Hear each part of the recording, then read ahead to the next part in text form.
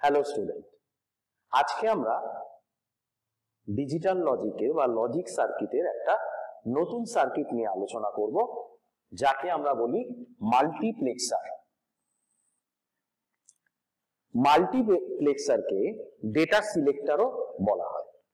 তো যাই হোক, এখানে আমরা যেটা দেখতে পাই, একাধিক ইনপুট থাকে এবং তাকে একটি সিঙ্গেল আউটপুটে প্রবাহিত করা হয়।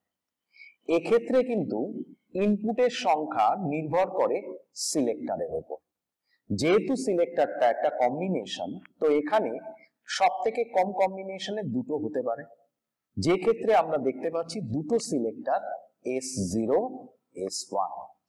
তাহলে সিলেক্টর যদি দুটো হয় তাহলে ইনপুট হবে 2 to the power S equals to input, অর্থাৎ 2 to the power 2 equals to 4। অর্থাৎ এক্ষেত্রে আমরা 4টে ইনপুট পাই।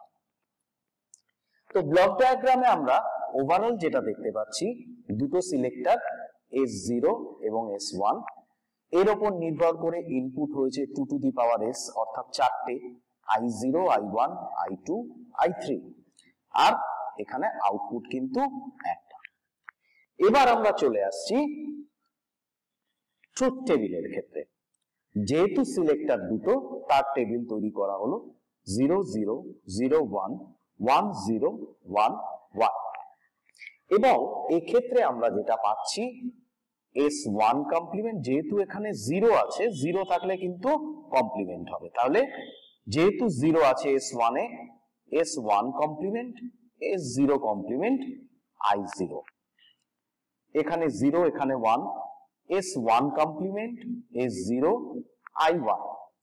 এখানে 1 0, তাহলে S1 S0 কমপ্লিমেন্ট I2, আর অবশেষে দুটোতেই 1 আছে, সেক্ষেত্রে S1 S0 I3। এবার এই সম্পূর্ণ সার্কিটটিকে আমরা এখানে প্লাস করলাম, যেহেতু এখানে একটাই আউটপুট আছে, সেই জন্য S1 complement S0 complement I0, S1 complement S0 I1, S1 S0 complement I2, S1 S0 I3। এবার আমরা চলে আসছি সার্কিট ডায়াগ্রামে। একই অনুযায়ী S1 কমপ্লিমেন্ট S0 কমপ্লিমেন্ট, তার সাথে একটা ইনপুট লাইন যাচ্ছে যেটা AND গেট দিয়ে পাস করছে। একই রকম ভাবে S1 কমপ্লিমেন্ট S0, তার সাথে একটা ইনপুট যাচ্ছে। S1 S0 কমপ্লিমেন্ট, তার সাথে একটা ইনপুট যাচ্ছে, এবং S1 S0, তার সাথে একটা ইনপুট যাচ্ছে।